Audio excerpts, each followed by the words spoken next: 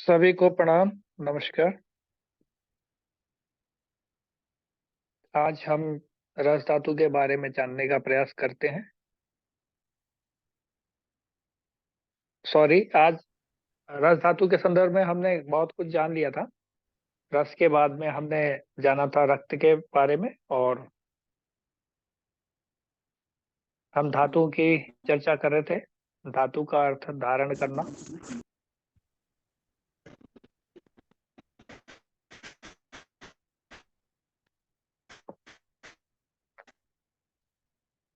किसी को ध्यान है तो आप में से बता दीजिए, जिसमें से कौन सी धातु का हम वर्णन कर चुके थे।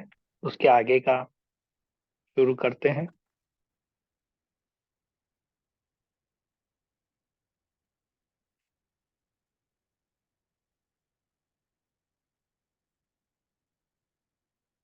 मुझे लगता है कि हम अ, रक्त धातु की चर्चा कर चुके थे, और शरीर में सबसे ज्यादा हिस्सा मांस का है, तो मांस धातु पर। और ये शरीर की स्थिरता, मजबूती और बढ़ाने का काम करता है। स्केलेटन के ऊपर रहता है, इसलिए हमारा जो हड्डी है, हड्डी के ऊपर एक स्केलेटन के ऊपर ये कवर है जो स्केलेटन की सुरक्षा करता है। और स्केलेटन, जो हड्डियों का हमारा शरीर में ढांचा है, वह सुरक्षा करता है हमारे आंतरिक अवयवों की, आंतरिक अंगों की। तो इस तरह से कुछ इसकी संरचना का प्रस्ताव देखने को मिलता है।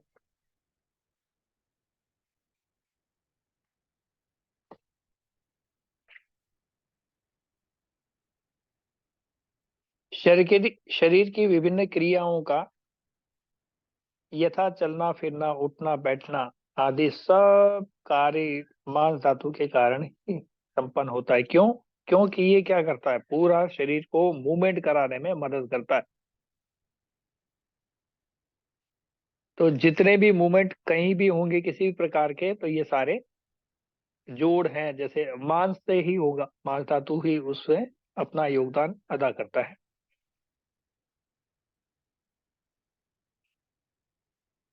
और पूरे शरीर की ढांचे की सुरक्षा करता है, ये तो हमने अब बता ही दिया आपको। तो इस तरह से इसकी संरचना है मांस धातु की।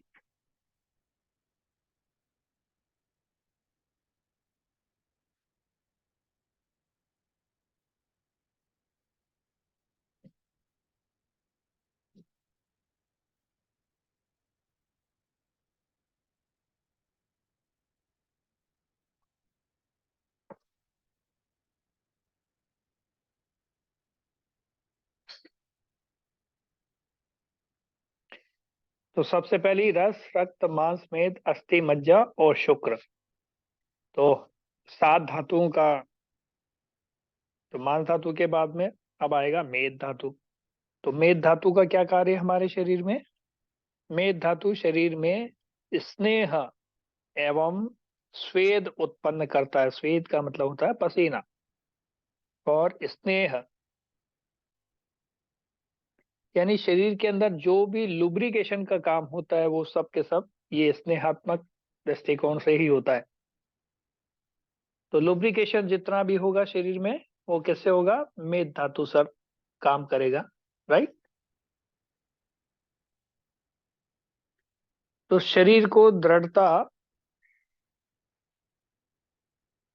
प्रदान करता है, और वो उसका मूवमेंट कराने में मदद करता है। ये लुब्रिकेशन के रूप में शरीर की हड्डियों और अस्थियों के को पुष्ट कर सकता है, और उनको ताकत प्रदान करता है। इस तरह का कुछ ये स्ट्रक्चर को ठीक करने में अपनी मेद धातु मदद करता है। मांस तो ऊपर की कवरिंग है, और मेद इन दोनों के बीच में लुब्रिकेशन का कार्य देखता है। और अस्थि धातु की चर्चा करें तो आगे क्या है, ये शरीर में सभी अ, हड्डियों ना हो तो संपूर्ण एक शरीर जो है पूरा एक लचीला मांस का पिंड बन करके ही रह जाएगा, और शरीर की अस्थियों के द्वारा ही शक्ति, दृढ़ता और आधार प्राप्त करता है शरीर। वरना तो इसका कोई अस्तित्व नहीं रह जाता। अंगों का सुरक्षा करना, और ये शरीर को आगे पीछे हिलाने में एक मुख्य आधार की जो भूमिका अस्थि की होती है उसे बुलाया नहीं जा सकता। तो अस्थि पंजर ही शरीर का एक मजबूत वो ढांचा है जिससे मानव या शरीर आकृति लेता है। राइट। तो ये इस तरह से अब धातु की चर्चा करते हुए अपन मेद धातु के बाद में अस्थि के बाद में आ, आ, सबसे पहला रस रक्त मांस मेद अस्थि मज्जा। अब मज्जा की चर्चा करते हैं, मज्जा क्या है।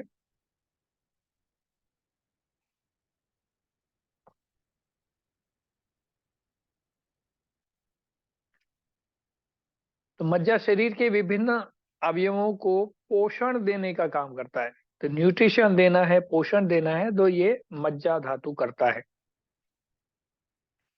यह रक्त कोशिकाओं को बनाने में मदद करता है। ये बोन मेरो वगैरह है ना, ये सब रक्त कोशिका बनाने का जो काम होता है, इन सबको क्या करता है, ये नरिशमेंट देता है, उनको न्यूट्रिशन ले जाकर देने का काम करता है। तथा शरीर का स्नेहन तथा शरीर में बल संपादन का कार्य करता है। तो शरीर में जो ताकत है, बल है, वो सब के सब किससे आता है, मज्जा धातु से आता है।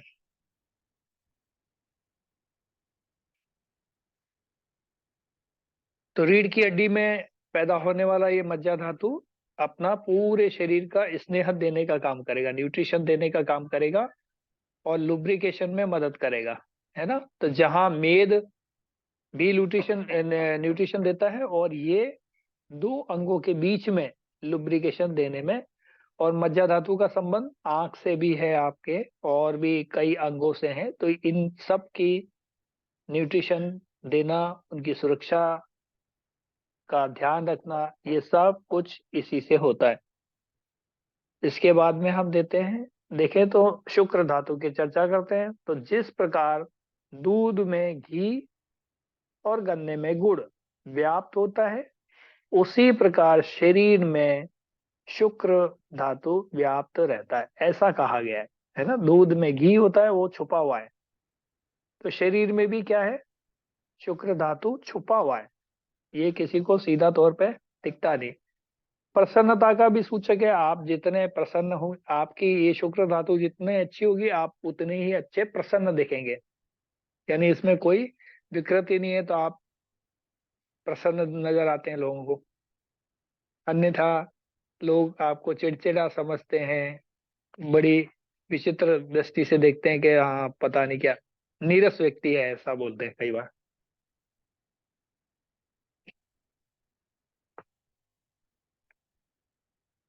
और यही शुक्र धातु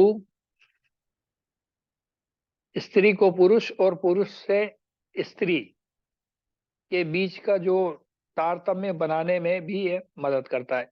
इनका बीच का जो आकर्षण पैदा करना है, वो भी इसी से ही होता है। राइट। तो इसी प्रकार शुक्र में सब शुक्र धातु सभी तरफ व्याप्त रहता है। जैसे व्यान वायु की हमने चर्चा की थी ना, सेम वैसा का वैसा ही है, पूरे शरीर में ये हर हर कण कण में है।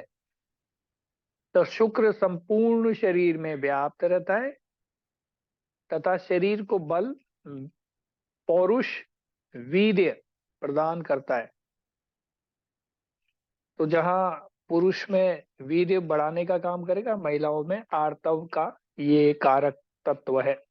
यानी माहवारी जो भी होती है, मासिक धर्म जिसको बोलते हैं, वो ठीक से चलता रहे तो महिला प्रसन्न रहेगी। अन्यथा ये बिगड़ा, इसमें थोड़ा बहुत भी 19-20 में अंतर दिखा, तो वहां स्वभाव में अंतर आ जाएगा। क्यों आ जाएगा? क्योंकि सारा स्वाभाविक गुण जो है इसी शुक्र धातु से दिखता है।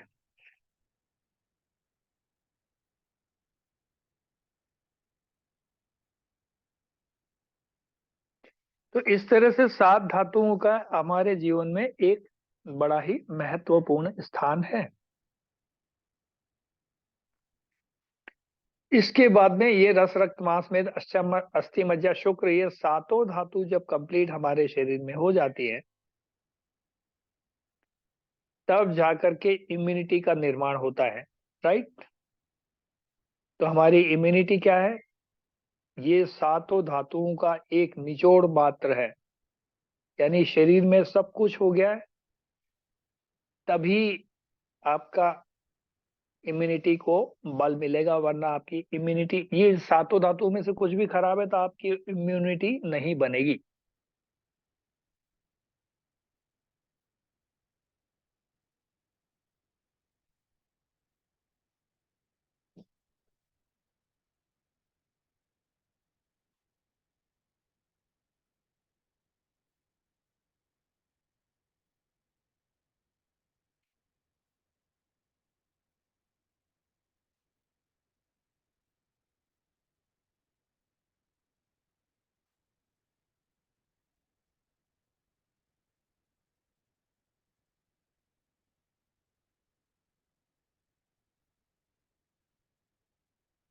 अब एक और पीडीएफ है ऐसे संदर्भ में, तो हम उसकी भी चर्चा करते हैं, उसको भी देख लेते हैं एक बार। उसमें भी रस धातु का चित्रण दिया हुआ है, तो उसकी चर्चा अभी हम देखते हैं सेकेंड पीडीएफ में।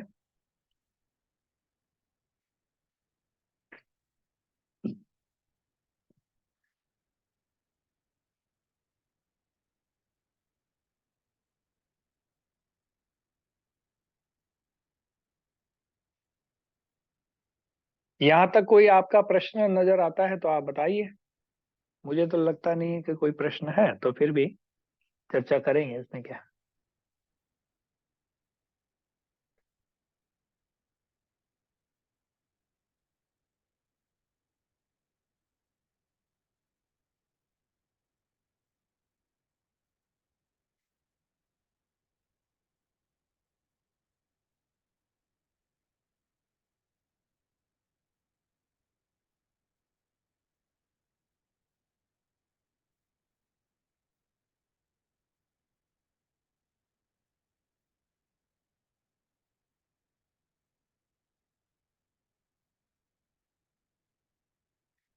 तो सातों धातुओं का विवेचन मैं कर चुका आपके बारे में, आपको बता चुका। और इससे संबंधित आपका कोई प्रश्न है तो आप बताइए, नहीं तो फिर एक दिनचर्या अध्याय को हम शुरू कर देंगे।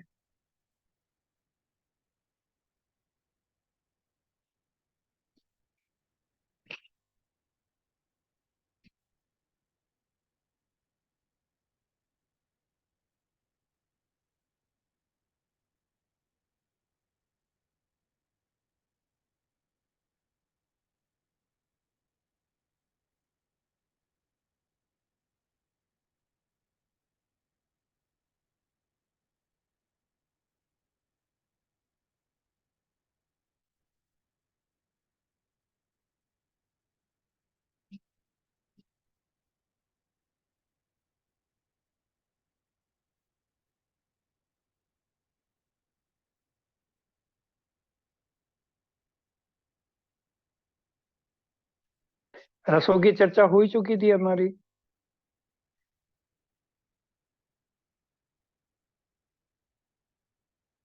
क्या आवाज नहीं आ रही है?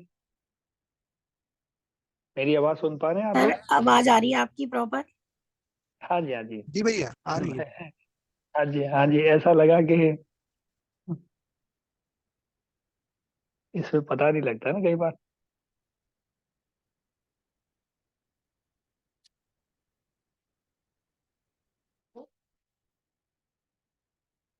एक मिनट, एक और फाइल थी, उसको देख लेता हूँ मैं, वो नजर आ जाएगी तो उसको भी ले लेंगे, नहीं तो फिर अपन सीधे आगे बढ़ते हैं।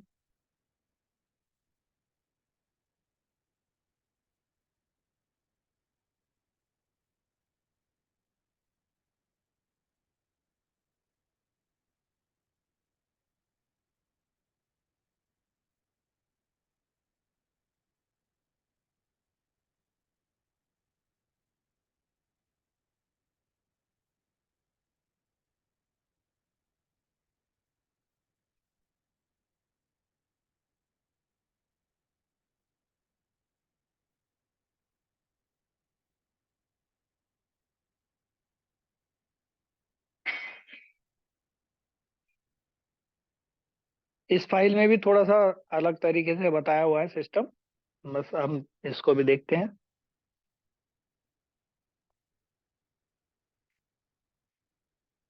ये धातु कैसे बनती है इसका थोड़ा सा इन्होंने एक चित्र के माध्यम से बताने का प्रयास किया कि भोजन के बाद में कैसे हमारे शरीर में धातुओं का निर्माण होता है। तो कैसे होता है, तो धातु क्या है, हमारे शरीर का एक रस है। जैसे हमने खाना खाया, खाना खाने के बाद में क्या हुआ, उसमें से रस निकला, फिर वो उसका कुछ हिस्सा रक्त को बना रस को धातु को बनाएगा और कुछ हिस्सा उसमें से सेलेक्ट होकर के वो रक्त धातु में चला जाएगा। बेस्ट सिलेक्शन उसका जो होगा वो रक्त में चला जाएगा, फिर उसके आगे वाली धातु पे चला जाएगा। तो इस तरह से एक पूरा क्रम रहता है। तो 7 धातुएं रस, रक्त, मांस, मेद, अस्थि, मज्जा, शुक्र, इस तरह से इनका निर्माण होता है। और जैसे यहाँ ये एक चित्र के माध्यम से बताया हुआ कि खाना हमने खाया, ये खाना खाते हुए व्यक्ति को अपन देख पा रहे हैं, और फिर अपन जब खाना खाते हैं तो स्टमक के अंदर खाना ही, उसमें से क्या बनता है, एक तो कीट भाग बनेगा और दूसरा इसका सार भाग बनेगा। ठीक है, तो इसका जब सार भाग बनेगा वो क्या करेगा, न्यूट्रिशन का, नरिशमेंट का काम करेगा बॉडी में। तो जो सार भाग है वो नरिशमेंट करेगा, और जो कीट भाग है ये वेस्ट है बॉडी का, ये बॉडी का वेस्ट भाग है। तो ये क्या करेगा, या तो ये इसका कुछ पसीना बनेगा, वेस्ट जाएगा। तो ये वेस्ट में क्या क्या बन सकता है, यूरिन बनेगा, और क्या बनेगा, स्टूल बनेगा। तो इसमें जो लिक्विड पार्ट है वो तो यूरिन में चला जाएगा, बाकी जो ठोस पार्ट है वो इसका स्टूल में कन्वर्ट हो जाएगा। तो इस दो तरह से किट बनेगा। किट का मतलब मल, जो शरीर का वेस्ट पार्टिकल, और सार भाग क्या है, नरिशमेंट देने वाला पार्ट। तो इससे खाना खाया, खाना खाने के बाद में जो रस धातु बनेगा, उसके बाद में ये रस धातु में से ये दो भाग तैयार होंगे। ठीक, तो इस तरह से इसका सार भाग यानी नरिशमेंट, वापस से मैं रिपीट कर देता हूँ जिससे आपको लोगों को याद आराम से हो जाए। और दो किट बनेंगे इसके, दो किट भाग। तो किट भाग यानी वेस्ट पार्टिकल बॉडी का। तो क्या बना, इसमें एक तो यूरिन बन गया और दूसरा स्टूल बन गया। इस तरह से इसका निर्माण बॉडी में होता है। और जब रस बन जाएगा तो रस धातु का क्या है, बॉडी का ये प्लाज्मा है एक तरह का। तो बॉडी में प्लाज्मा का जो ब्लड के अंदर जितना भी प्लाज्मा है ये 65% के आसपास रहता है ना।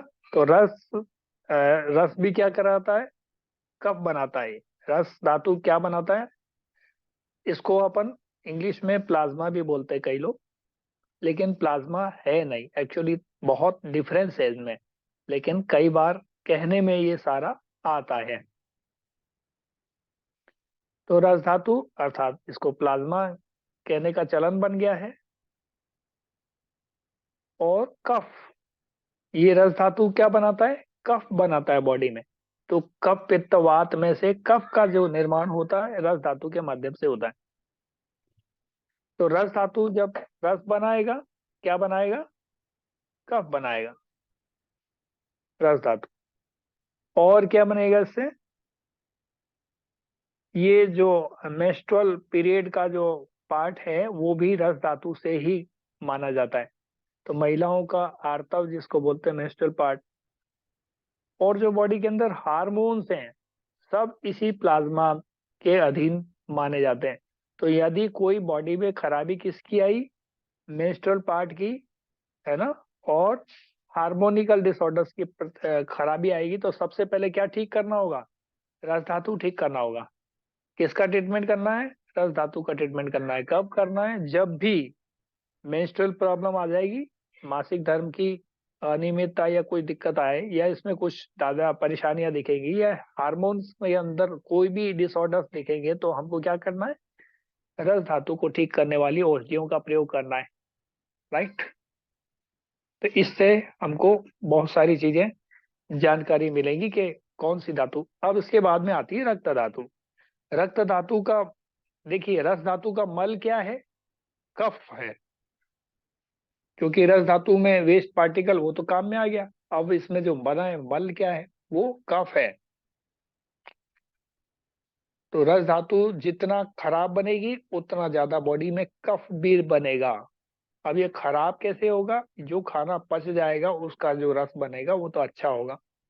अब खराब किसे कहेंगे? खराब उसे कहेंगे जब वो खाना ठीक से नहीं पच पाया, उसका पूरा न्यूट्रिशन बॉडी को नहीं यूज पाया या फिर हमने क्या किया, एक खाने से दूसरे खाने में खाना पचने के बाद में इंतजार नहीं किया और दूसरा कुछ अंदर डाल दिया, तो रस धातु उससे खराब हो जाती है।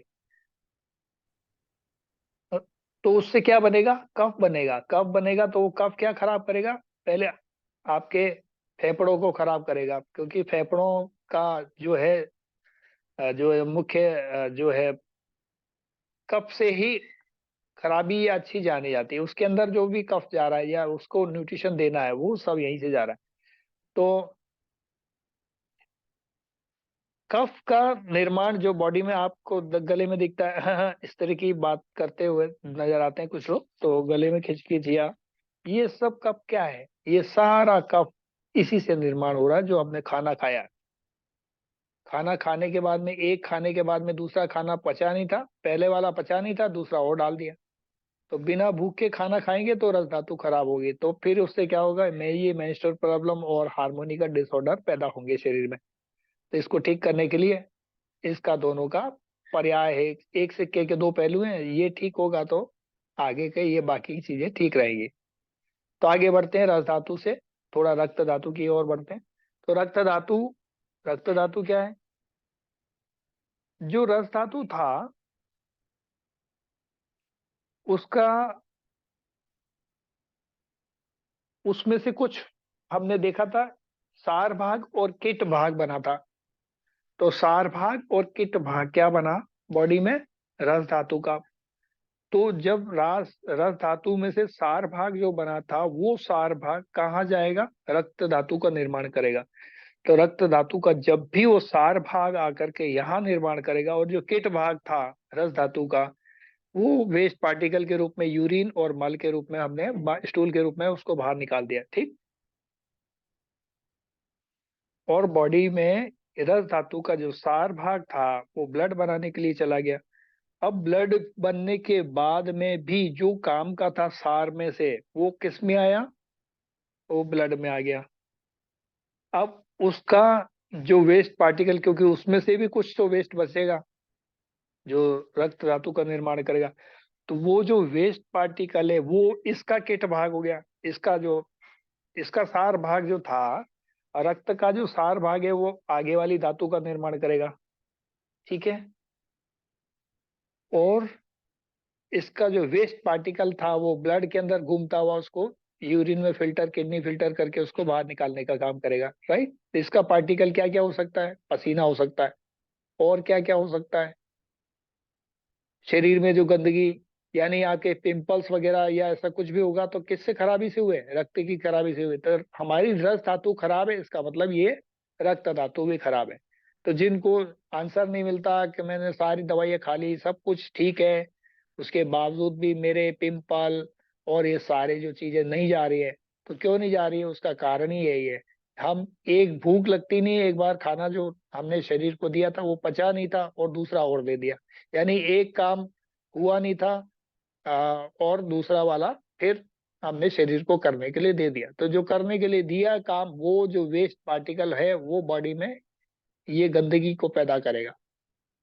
तो जो रक्त में किट भाग बनेगा ज्यादा, तो फिर वो गंदगी फैलाएगा शरीर में, ब्लड को गंदा करके पिंपल्स और अन्य बीमारियां या हार्मोन्स के डिसऑर्डर्स को जन्म देगा। तो हार्मोन के डिसऑर्डर का आंसर आप लोगों को मिल गया होगा कि क्यों होता है। तो ये इस तरह से इसका क्रम चलता है। ठीक। और जो इस रस भाग का सार भाग बना था रस धातु का, वो ब्लड बन गया, और ब्लड बनने के बाद में ब्लड के भी वापस से क्या बना? किट भाग, यानी ब्लड ने भी उसको सार धातु को धातु का मतलब रस धातु का जो सार लिया था उससे भी क्या बनाया? कुछ हमारे शरीर के अंदर रहने वाली चीजें जो शक्ति देने का काम करती हैं उसको ब्लड में मिला दिया, और जो उसका वेस्ट पार्टिकल जो बना वो सब मूत्र के रास्ते या पसीने के रास्ते शरीर में से निकालने का काम किया। वो नहीं निकला तो क्या हुआ, इम्पल्स ऐसी बीमारियां या हार्मोनिकल डिसऑर्डर्स या ब्लड के टेम्परेचर को बढ़ाने का काम उसने कर दिया, तो नई नई दूसरी बीमारियां, यानी पित्त भाग बनता है। और पित्त का स्थान का है, रक्त में है ना।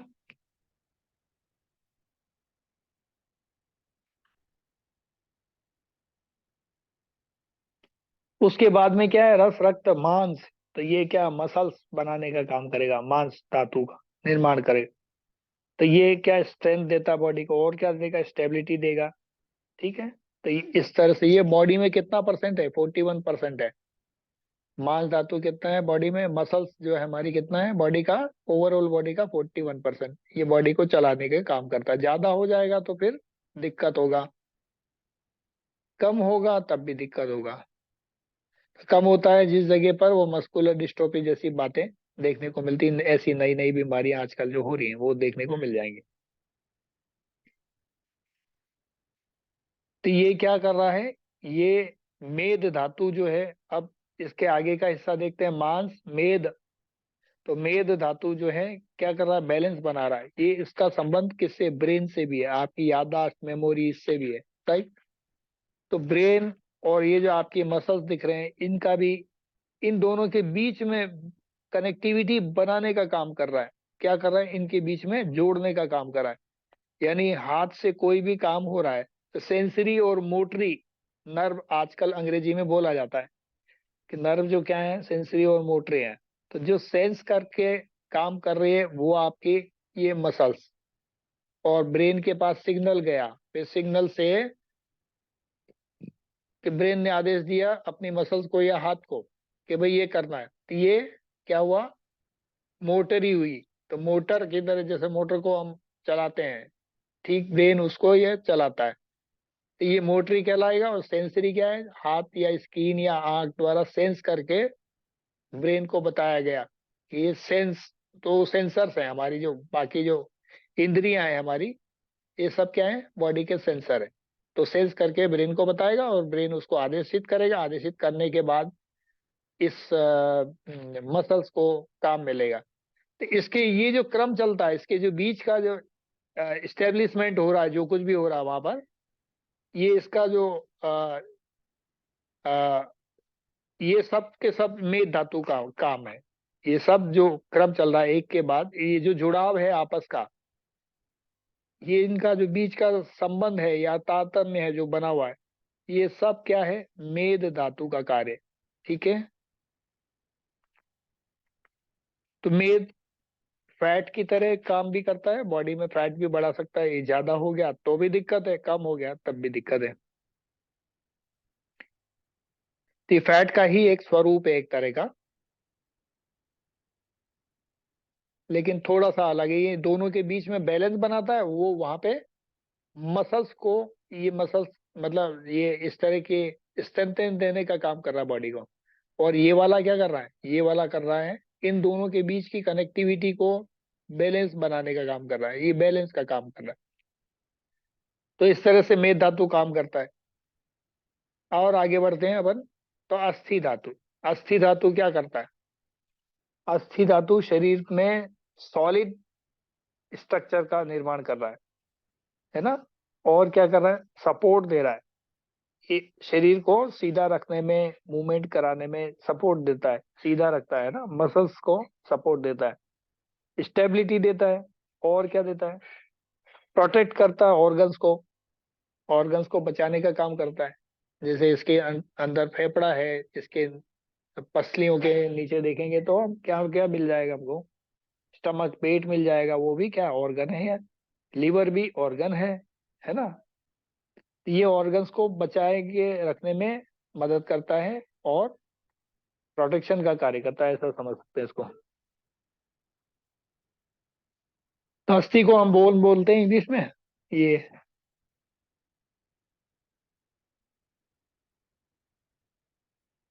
अब चर्चा करते हैं मज्जा की। मज्जा क्या कर रहा है यहाँ पर, मज्जा यानी बोन मेरो। बॉडी में बोन मेरो को हम मज्जा धातु से कनेक्ट कर सकते हैं। तो ये इस तरह से मज्जा धातु को हम देख सकते हैं। और ये नर्वस सिस्टम को कंट्रोल करता है। किसको करता है? Nervous system. मज्जा धातु का संबंध किससे है? Nervous system. यानी नर्वस सिस्टम खराब है तो इसका मतलब मज्जा धातु में गड़बड़ हुई है, इसका मतलब नर्वस सिस्टम खराब हो गया। तो मज्जा धातु को ठीक करो। यानी कोई ऐसी औषधि लेना जरूरी है जो मज्जा धातु पर काम कर सकती हो।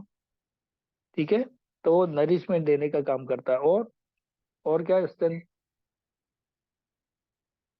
स्ट्रेंथन भी देता है बॉडी को। और क्या कर रहा है? Feels bone. बोन का जो खोखलापन आजकल कई लोगों को देखने मिलता है, बोन खोखली हो गई है ना, अंदर से गायब हो गया है बीच का हिस्सा या कई चीजें। तो ये सब इसी मज्जा धातु से, तो मज्जा धातु वाली औषधियों का प्रयोग करते हैं तो ये ठीक हो जाती है।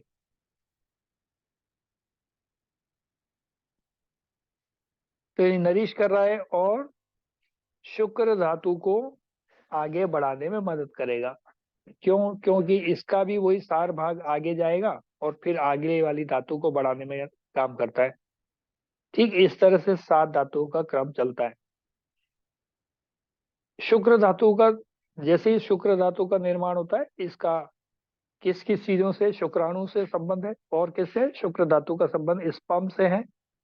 सीमन जिसको बोलते हैं, सीमन एंड स्पर्म्स को, राइट। तो इससे है। यदि स्पर्म काउंट है कम, तो फिर समझ जाइए आपको शुक्र धातु को ठीक करना होगा, उसको नरिशमेंट देना होगा। उसमें कोई बीमारी है तो उसको भी ठीक करना पड़ेगा।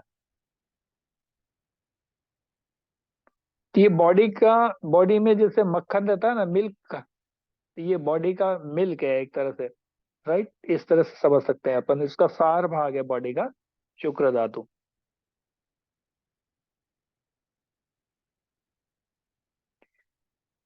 तो ये रिप्रोडक्टरी सिस्टम को मैनेज करता है, उसको ठीक रखता है, शुक्र धातु का कार्य। और शरीर में पावर स्ट्रेंथ को भी बढ़ाता है। ये आपके जोड़ों की, जनरली क्या होता है, कुछ लोग बोलते हैं, शिकायत करते हैं, यार जी हमारे जोड़ खराब हो गए हमारे। इनको समझ जाइए, शुक्र धातु, जोड़ तो है ही खराब, बाकी अस्थि धातु तो खराब हुई है, लेकिन शुक्र धातु के जो हार्मोन्स, इंग्लिश में बोलें तो वो, यानी शुक्र धातु जितनी अच्छी होगी ना, तो ये जोड़ खराब होने के चांस कम होंगे। यानी शुक्र खराब है तो ये सारी चीजें भी इफेक्टिव होती हैं। तो ये एनर्जी भी हैप्पीनेस का कारक है। मैंने अभी बताया था इससे पहले कि शुक्र धातु हैप्पीनेस, यानी जितनी कोई लेडी या पुरुष या महिला किसी को भी आप प्रसन्न देखते हैं तो समझ जाइए उसका शुक्र धातु बहुत अच्छा है। शुक्र धातु का संबंध केवल इतना ही नहीं होता है कि बस खाली अंडाणु बच्चे पैदा कर देना या ऐसा कुछ संबंध बना लेना या ऐसा कुछ, नहीं। इसका संबंध हैप्पीनेस से है, आपकी खुशी से भी है, आपकी एनर्जी से है, कि आपका उत्साह कितना है, शरीर में उत्साह। जिस किसी को काम करना है और काम करने का उत्साह नहीं बनता, कई लोग बेड में पड़े रहते हैं, चिल्लाते रहते हैं कि जी ऐसा, हमसे तो इच्छा ही नहीं हो रही है, कुछ काम करने का मन नहीं करता, बस समझ जाइए ये शुक्र धातु उनका डैमेज है। शुक्र धातु और रस धातु, रस खराब होगा तो ये शुक्र वैसे ही खराब हो जाएगा। तो रस धातु अच्छी होगी तो बाकी सातों धातुएं ठीक होंगी। इसलिए आयुर्वेद में कहा गया है कि पहले रस धातु ठीक करो तो बाकी धातुओं में उसी का तो भाग जाएगा। तो उसी का पार्ट वहां पर जाते जाते और ज्यादा खराब होता जाएगा। उसकी फिनिशिंग करनी है तो आपको पहले रस धातु पे ही ध्यान देना होगा। ठीक है, तो हैप्पीनेस की कारक है और ये एनर्जी का कारक है, पावर का कारक और स्ट्रेंथ का और रिप्रोडक्शन का कारक है। तो इस तरह से हमारी रस, रक्त, मांस, मेद, अस्थि, मज्जा, शुक्र, इस तरह से 7 धातुओं का निर्माण हमारे शरीर में होता है और वो क्रमबद्ध तरीके से होता है। तो ये एक सचित्र वर्णन आपके सामने एक पीडीएफ के माध्यम से हमको जानने मिला।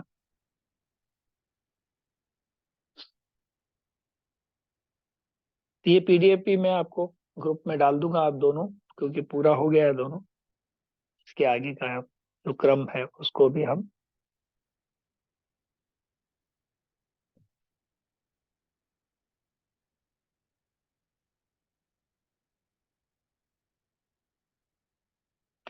तो आपके कोई प्रश्न है तो ले लेते हैं, नहीं तो कुछ नया शुरू करना है तो कर देते हैं, या नेक्स्ट टाइम करें।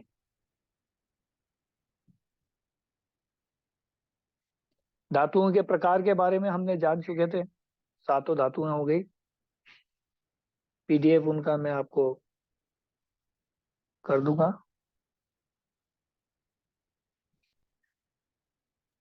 सर ये जो आपने बताया रस इसमें रक्त धातु में प्रॉब्लम में ये बच्चों के जी एक्ने जो हो जाते हैं ये इसी वजह से होते हैं, मुहासे एक्ने। बिल्कुल। जी जी जी। बच्चे क्या है, 24 घंटे कुछ ना कुछ खाते रहते हैं, कभी ये वो डाल दिया मुंह में, कभी वो खा लिया, कभी ये टॉफी खा ली। तो क्या होता है, पहले वाले का डाइजेशन होता नहीं है और दूसरा वाला और डाल दिया। और हम भी बच्चों के जैसे हो गए हैं आजकल, हम भी कुछ ना कुछ दिन भर चलता रहता है।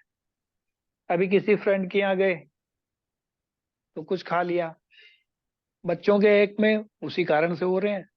और हम लोगों के कभी कभी कील हो जाती है, जी कभी जी सर, कभी व्हाइट बॉडी के। और ब्लैक हेड्स हो जाते हैं। हाँ, तो ये सारी चीजें इसी से संबंध रखती हैं। तो रस धातु को ठीक करने के लिए हमको प्रयासरत रहना पड़ेगा, तब रक्त धातु ठीक होगा। तो सर और फिर तो उसके लिए करना, बिना मतलब भूख के खाने में खाना गैप कर खाना देना बंद करना चाहिए। पड़ेगा। बिल्कुल, खाना आप अवॉइड कर सकते हैं तो बहुत बढ़िया, इससे बढ़िया कुछ नहीं हो सकता। कम से कम 6 घंटे का बीच में गैप रखें एक मील से दूसरे मील में। हाँ, जब तक भूख ना लगे, जब तक कुछ भी खाएंगे, तब तक ये दिक्कतें आना स्वाभाविक है।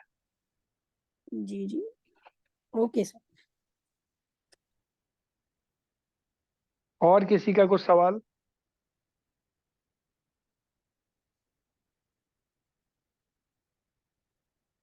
अच्छा सर, ये पित्त जो बढ़ता है ये भी रक्त धातु की वजह से, तो रक्त में क्या चीज बढ़ गई जिससे पित्त बढ़ गया? हाँ, तो रक्त धातु खराब होगी जब पित्त बढ़ेगा, टेम्परेचर बढ़ जाएगा उसका, आपने गर्म गर्म चीजों को खाना शुरू कर दिया तो। मतलब गर्म खाना भी, ज्यादा गर्म खाना भी नहीं खाना चाहिए। नहीं, जैसा हमारे शरीर की रिक्वायर, हाँ जरूर से ज्यादा जो गर्म खाना खाते हैं उनके साथ में बहुत सारी प्रॉब्लम क्रिएट होना शुरू हो जाती हैं। क्यों होती हैं? क्योंकि हमारे शरीर में क्या हो रहा है कि जितना भी गर्म खाना है ना, जी गर्म खाने को शरीर पहले ठंडा करेगा, तो उसको डबल मेहनत कर रही है,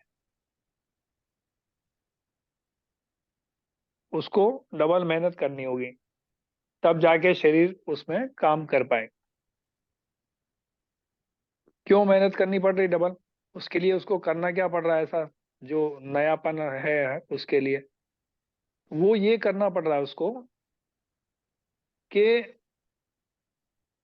सबसे पहले जैसे ही हमारे पेट में खाना गया, और खाना जाने के बाद की प्रक्रिया क्या होती है, तो जो कुछ भी खाना गया शरीर के अंदर, उसका जो पाचन होगा,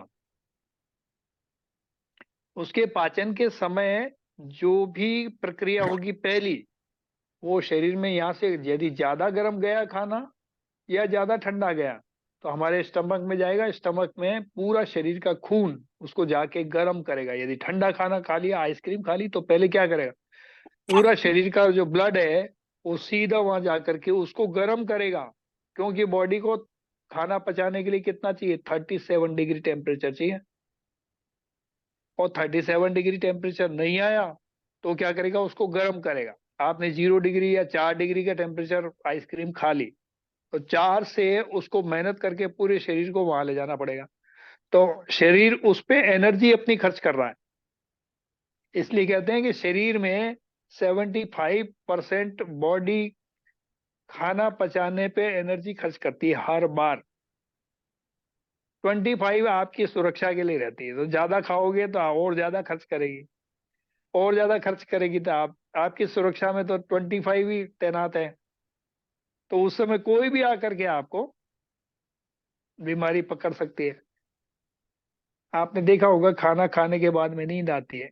नींद क्यों आती है? वो इसलिए आती है कि ब्रेन से शरीर के हर अंग से पूरा ब्लड इकट्ठा होके कहाँ जाता है, स्टमक की तरफ। जब ब्रेन में और शरीर के अंगों में ब्लड वहां से निकल के वहां चला जाएगा खाने को पचाने के लिए। यहाँ तो सिर्फ 25% रहेगा। तो फिर वहां पे CO2 ज्यादा हो जाएगी, ऑक्सीजन की कमी हो जाएगी, तो शरीर एकदम ऐसे डल सा फील करेगा, फिर नींद आने लगेगी। तो सर जो खाना ज्यादा ठंडा खाते हैं तो उनको तो ज्यादा हाँ नींद महसूस होती होगी। जैसे किसी ने हाँ ज्यादा ठंडा पानी पी लिया या फ्रिज का रखा कुछ हाँ, ठंडा ठंडा खा लिया तो उनको उसे तो। वीकनेस ज्यादा फील होती है, क्योंकि शरीर ओके। की एनर्जी उसमें खर्च हो रही है। जी जी। ऐसे ही गर्म खा लोगे तो ठंडा करेगा पहले उसको बॉडी, क्योंकि उसको तो टेम्परेचर पे लाना है ना। आप दे दोगे 60 डिग्री की टेम्परेचर का खाना, और उसको चाहिए 37। तो ये कम करने के चक्कर में वो सारी एनर्जी को वहां पे एकत्र करेगा और फिर उससे पुष्टि करेगा एक तरह से, और फिर उसको कम करने का प्रयास करेगा। तो ये जो क्रम होता है, इसमें हमारी 75% ऊर्जा खर्च होती है। इसलिए कोई भी रोग हो जाए तो आप खाना छोड़ दो और आपकी 75 ऊर्जा को बचा लो, और पूरी 100% से उसका मुकाबला करो। आप एक बार खाना एक टाइम का छोड़ देंगे तो वो उस बीमारी को लड़ने के लिए अकेला ही ये 100% ऊर्जा काफी है। पूरी 100% ऊर्जा से उसका सीधा मुकाबला करो, उसके ऊपर टूट पड़ो। तो इसलिए नेचुरोपैथी में, या हमारे पुराने बुजुर्ग कहते थे, लंघनम परम औषधियम। तो लंघन ही परम औषधि है। खाने को त्याग दो, थोड़ा सा कुछ सिम्टम दिखे, बीमारी का डलने सारी है, तो खाना त्याग दो। त्यागते ही आप दूसरे दिन बिल्कुल फिट हो जाते हो। क्यों हो जाते हो? उसको मौका मिल जाता है। तो बॉडी की 100% एनर्जी उस बीमारी से लड़ने का काम करती है। तो पहला सिम्टम दिखते ही आप भोजन त्याग करते हैं, तो ये सारा क्रम आपको अच्छे से दिखता है। जी सर। और कोई सवाल?